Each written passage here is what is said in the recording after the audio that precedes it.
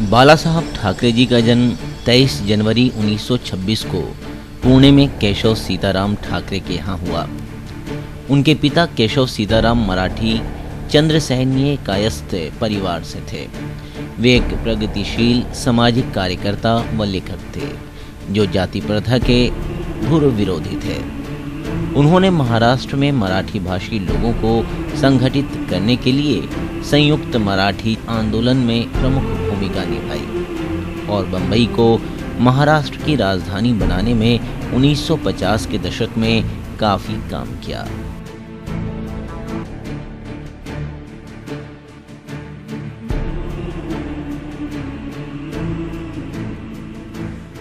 संघर्ष के दिनों में बाला साहब ठाकरे अपने पिता केशव ठाकरे के साथ भिवंडी की एक बैठी चाल में रहा करते थे। स्वतंत्रता के पहले 1936 से लेकर 1942 के दौरान बाला साहब ठाकरे भिवंडी के दुर्वेवाड़ा स्थित जयवंत सेठ चाल में अपना बचपन बिताया था। भिवंडी के प्रभु आली में बने जीजी भाई स्कूल अर्थात दगड़ीशाला में उन्होंने चौथी व पांचवी की शिक्षा ग्रहण की थी।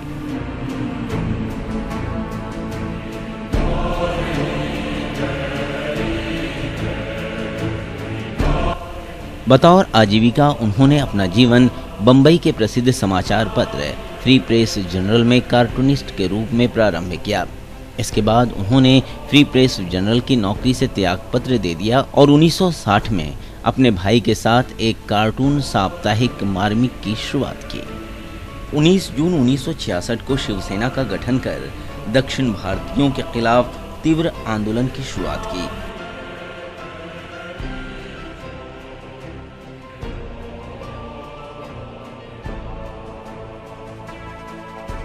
1966 में ही उन्होंने दशहरा रैली का आयोजन शिवाजी पार्क में किया।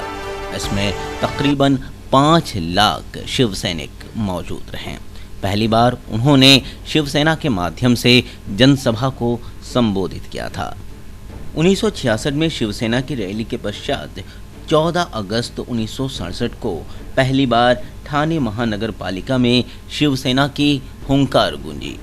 ठाणे महापालिका के बाद 26 मार्च 1968 को शिवसेना ने मुंबई महापालिका पर भी भगवा फहरा दिया।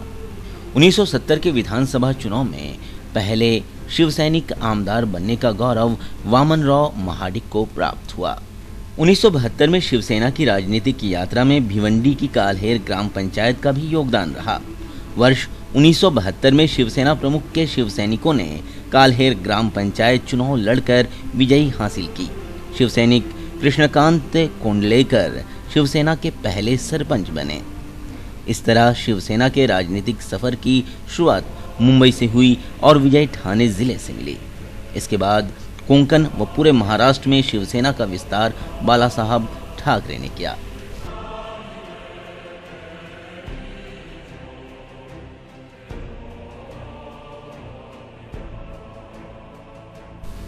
उन्नीस में मुंबई में पहले शिवसैनिक महापौर बनने का गौरव सुधीर जोशी को प्राप्त हुआ।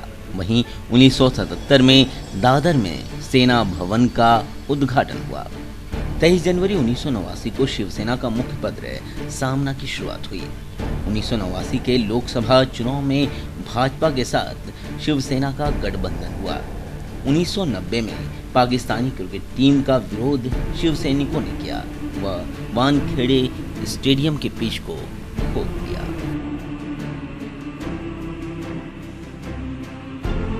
1991 में छगन भुजबल शिवसेना से बाहर हो गए। 1995 में विधानसभा पर भगवा लहराया। शिवसेना ने भाजपा के साथ सत्ता बनाई। शिवसेना के मनोहर जोशी पहले शिवसैनिक मुख्यमंत्री बने।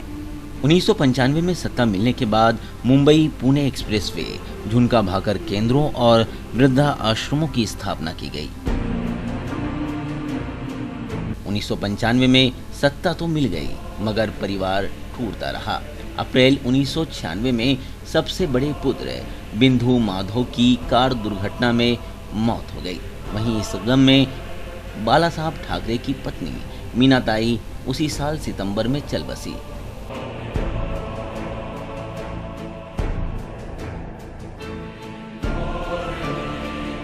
1999 में केंद्र सरकार में अहम भूमिका के रूप में शिवसेना शामिल हुई। 15 सांसदों के साथ शिवसेना ने भाजपा को अपना समर्थन दिया एवं सरकार में सहभागी बनी। जुलाई 1999 में चुनाव आयोग की सिफारिश के बाद 5 सालों तक वोट न देने व चुनाव न लड़ने का फरमान बाला साहब को दिया गया। 2007 में बंदी उठने पर महापालिका चुनाव में बाला साहब ठाकरे ने अपने मताधिकार का मुंबई में प्रयोग किया।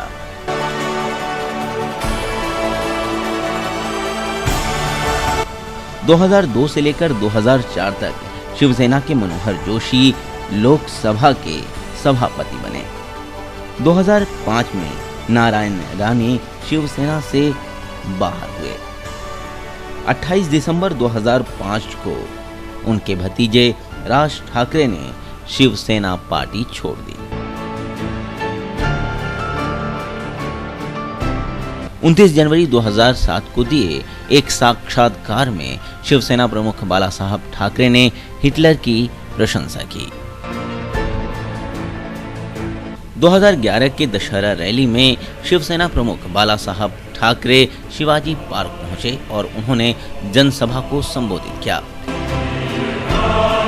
आमचा रोष हा आमचा राग आहे।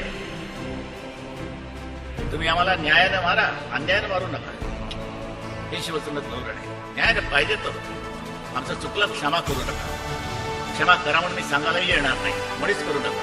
इस दौरान उनके पुत्र उद्धव ठाकरे और साथ ही साथ उद्धव ठाकरे जी के पुत्र आदित्य ठाकरे मंच पर उपस्थित रहे। 2012 की दशहरा रैली में अपनी खराब तबीयत की वजह से वो शिवाजी पार्क पर नहीं आ सके। वीडियो सीडी के माध्यम से उन्होंने जनसभा को संबोधित किया और तत्पश्चात वो काफी बीमार रहने लगे। सांभाळून घ्या, मला सांभाळलं, डोला सांभाळा, आदित्याला सांभाळा आणि महाराष्ट्राचा उत्कर्ष करून घ्या, असेच नेकल्याच्यानी नतमस्तक होऊन प्रार्थना करीन।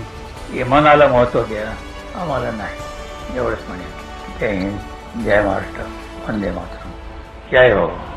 आखिरकार 17 नवंबर को दोपहर ठीक 3:33 में दिल का दौरा पड़ने से उनका निधन हो गया और पूरा देश स्तब्ध रह गया।